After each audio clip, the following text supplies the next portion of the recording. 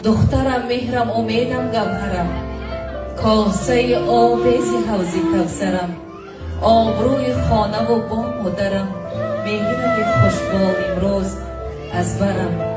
جان من آباد بادا دخترم مهرم امیدم گوهرم کاسه آبیزی حوزی کوثرم آبروی خانه و بام و درم مهرم خوشبال امروز از برم جان من آباد بادا نکن دخترم که می سوزه جگرم خاکی پاهی میکنم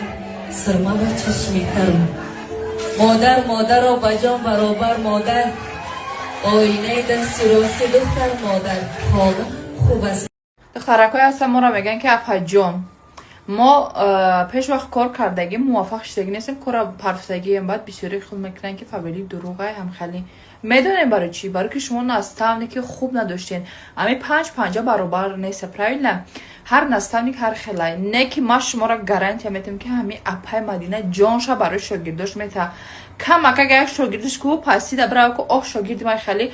باور میگه یک شهر با یک شهر دیگه پیش شاگردش رفت که همون شاگردش بلند برداره ما خودم شاهدی زنده ایم برای ما با گارانتی میگم که نمی شما اگر حاضر اکسرس بشین فقط میگیم که اپا در کمانده شما نمی کمانده ما کمانده اپا مدینه جون نستانی که ما بگیم دایرکتری ما اپا مدینه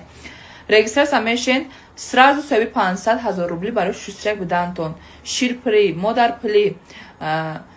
بسیارسپاس اویلی سوی چند توفه ها پوتوفه با چند دولت ها چالای تیلا بیتابوی تکنیک همه چی میشین فقط ایشما نمی خواهش با من یاری تویم دلبری بالا نظری وصفیت کنم مثالی حوری و پری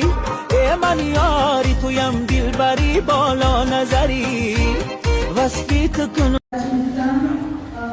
روی ما این یک کارت ما هست باوری کردن و اومدن این یک چیزی مهم است یک چیزی است که با هر کس باوری کردن نمیره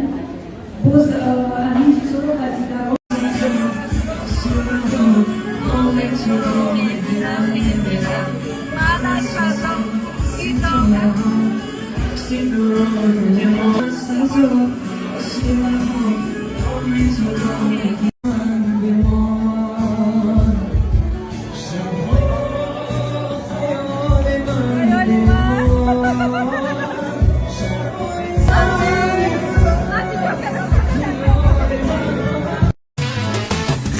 ترانه سر کن روزی تولد تو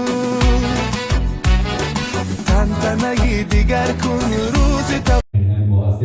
من سپاس مخصوص به شما میگویم اکوی عزیز که واقعا شما توانستید یک آینه بزرگ بنیاد سازید و در محیط این آینه در فضای این آینه در احاطه این آینه فقط عشق باشد صمیمیت باشد احترام باشد و البته تسکیه که نام دارد پروفسیونالیسم. سپاس زیاد مبارک باشد مهربانی از شما.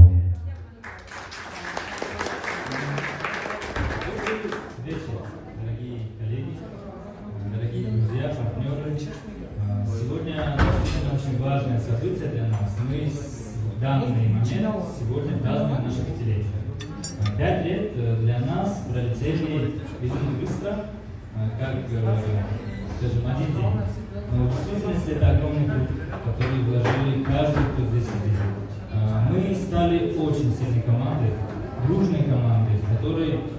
к сожалению, не все есть, кто с нами были изначально, которые вложились. Когда 5 лет назад, я всегда об этом говорю, и, наверное, буду говорить еще лет 10, и далее, пришла хрупкая девочка в клинику Софию. Да, сейчас мама, жена. Но что хочу сказать, на тот момент я и не думала, что добьюсь всего того, чего сейчас добилась за такое короткое достаточно время. Спасибо, опять же, моим руководителям, моим наставникам, за то, что верили в меня, потому что эта вера сейчас довела меня туда, где я есть. Спасибо вам огромное.